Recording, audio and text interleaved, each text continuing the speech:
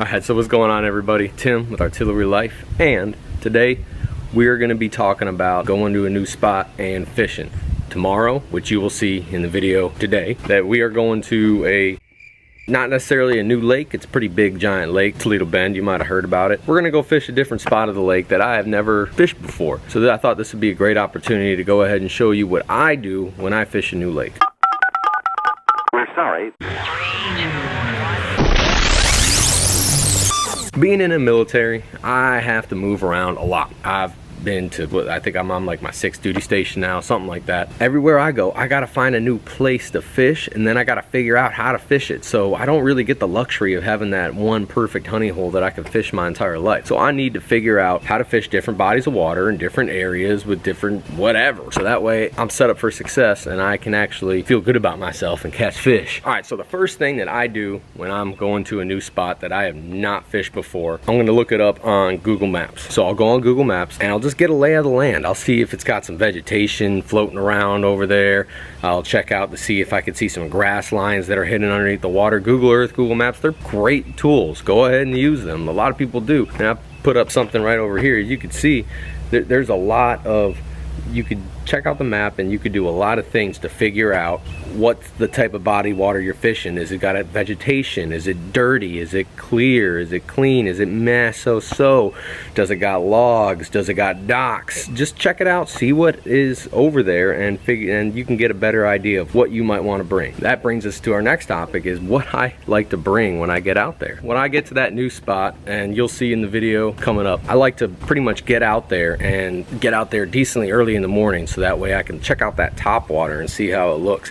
That's the easiest way to identify where some fish are, because you'll see the fish busting up on the surface. If you got a lot of predator fish in there, yeah, like Toledo Bend, you know, it's got a lot of stripers, white bass and whatnot, so it could be that too. But you know where the activity is, you know where the fish are feeding at. You get a pretty good general idea in that morning when you see the fish are busting up all over the place, where the heck they're gonna be. Next thing I like to do, after I kind of identified that, I'll travel around the lake and I'll go around the little area where I know I'm gonna be fishing throughout that whole day, and I'll bring 2 baits with me that I really love throwing in those areas. I'll throw a couple other things too, just to search around, but I'll throw a nice crankbait so I can go ahead and deep dive, get down to the bottom, and figure out what the heck is on the bottom of that lake. You know, is it going to be grass? Is it going to be logs? Is there nothing? Is it rocks?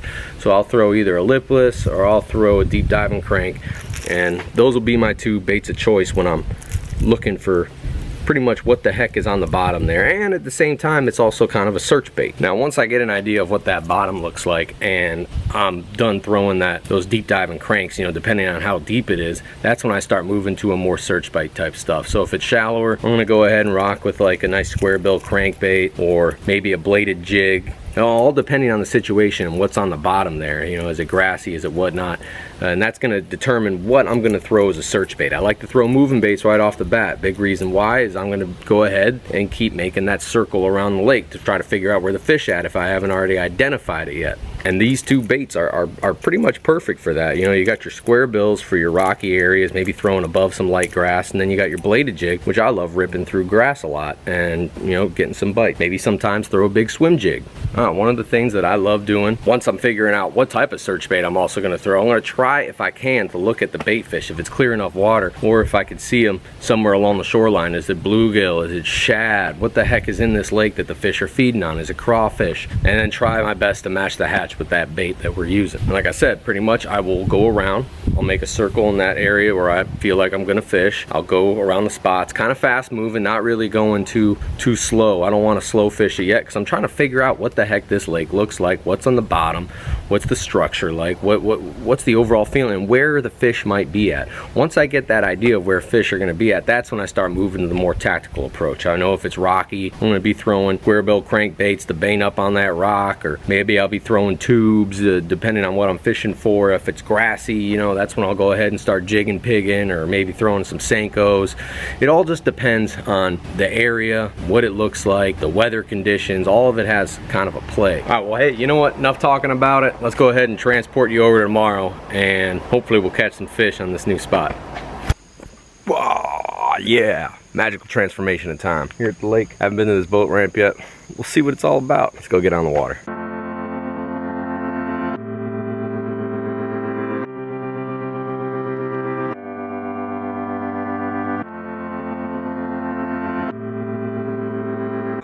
feels good. Come on, baby. Come on.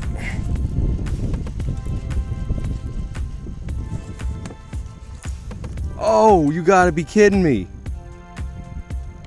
Oh, you gotta be kidding me.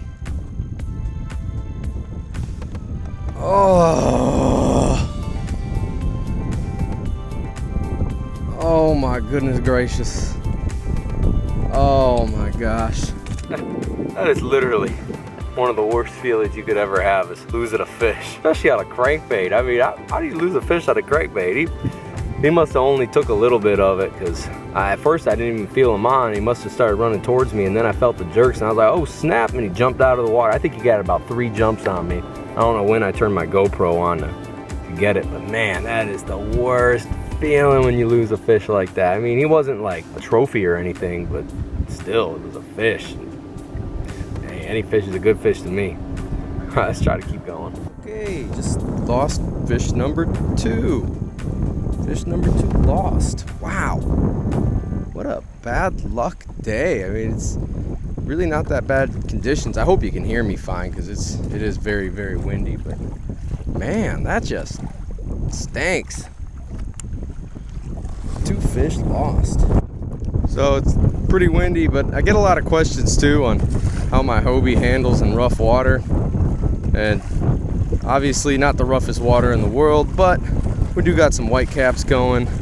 And as you can see, it's perfectly fine. Cuts right through it. No!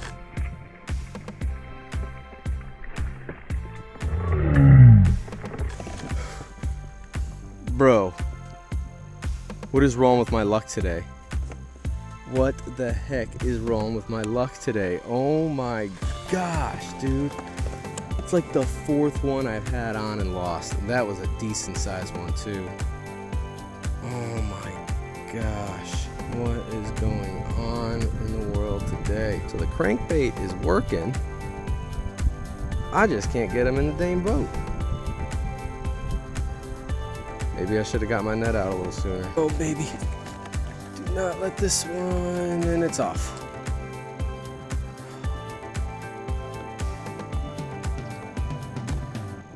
I don't know.